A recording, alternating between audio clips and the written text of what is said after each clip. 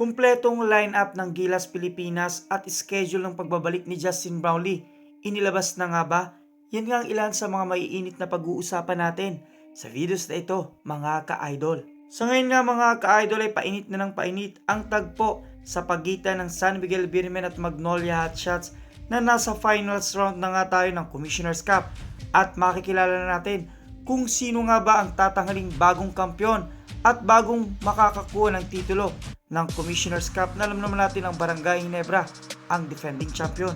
Ngunit sa kabilang banda rin naman ay inilabas na rin ang official candidate para sa Best Player of the Conference na pinangungunahan niyan ni Bulldozer ng Barangay Ginebra at pangalawa nga itong si Perez. Pumangatlo itong si Arvin Tolentino at pumang-apat si Oftana at pumanglima nga itong si Scary Thompson.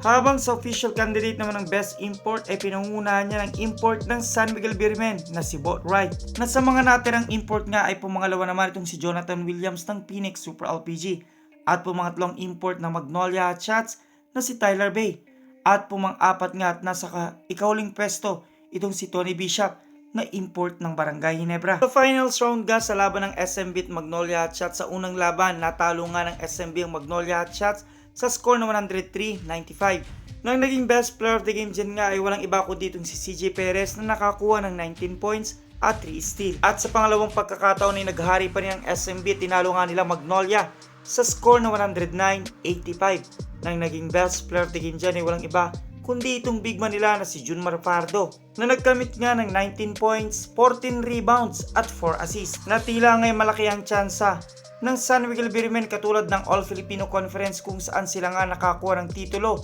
na makakuha nila ang pangalawang titulo ngayong taon para sa PBA season. Usap-usapan naman na sa pagtatapos nga ng finals ng Commissioner's Cup ay magsisimula naman agad-agad ang All-Filipino Conference. Expected nga ang opening ay sa February 28 mga ka-idol at sinasabi rin na babawi ang Barangay Ginebra dahil sabi nga ni Coach Tim Cone, you keep a team together as much as you can and you try to get them together and learn from your failures and success. Dagdag pa nga ni Coach Tim Cone, I thought we developed some character in the series and we are going to bring that character in the All-Filipino Conference. Sa pagkakataong ito naman ay tila mahahati ang atensyon itong si Coach Tim Cone sa pagko-coaching dahil siya na rin ang itinalagang head coach ng Gilas Pilipinas na magsisimula na rin ang laban ngayong buwan mga ka-idol. Pinakilala na rin ni Coach Tim Cone ang kanyang mga napili para sa Gilas 12. Nandyan nga itong si Scary Thompson, Junmar Pardo, Malonzo, Tamayo, Perez, Newsome,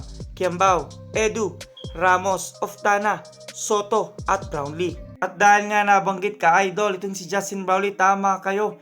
Dahil itong si Justin Brownlee na ang official na naturalized player ng Gilas Pilipinas na magsisimula na nga sa February 22 na makakalaban nga ng Pilipinas ang Hong Kong at February 25 ang Taipei naman. Sa nilabas na payag na samang basketball ng Pilipinas, naka-state nga dito mga ka-idol na si Justin Brownlee ay malaya na makakapaglaro para sa FIBA qualifying rounds. Sabi nga ni Justin Brownlee sa balitang ito, I can't wait to play basketball again and put all of it behind me.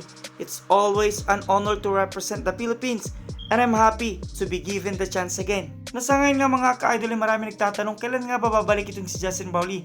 Sa ngayon nga wala pang opisyal na pahayag. Pero ine-expect natin mga ka-idol bago magsimula ang laban, itong si Justin Brownlee nasa Pilipinas na. Na kung kayong tatanungin ko mga ka-idol, tama ba naging desisyon ng SBP na si Justin Brownlee ang kuning naturalized player kumpara kay Jordan Clarkson? At deserve nga ba ni Justin Brownlee na makabalik sa Pilipinas at magrepresenta sa Pilipinas sa darating na FIBA qualifying round kahit pa man alam natin ang naging issue about sa kanya? Kung may sagutan, suggestion, question, advice, just comment down below mga ka-idol at maraming salamat sa inyong panonood.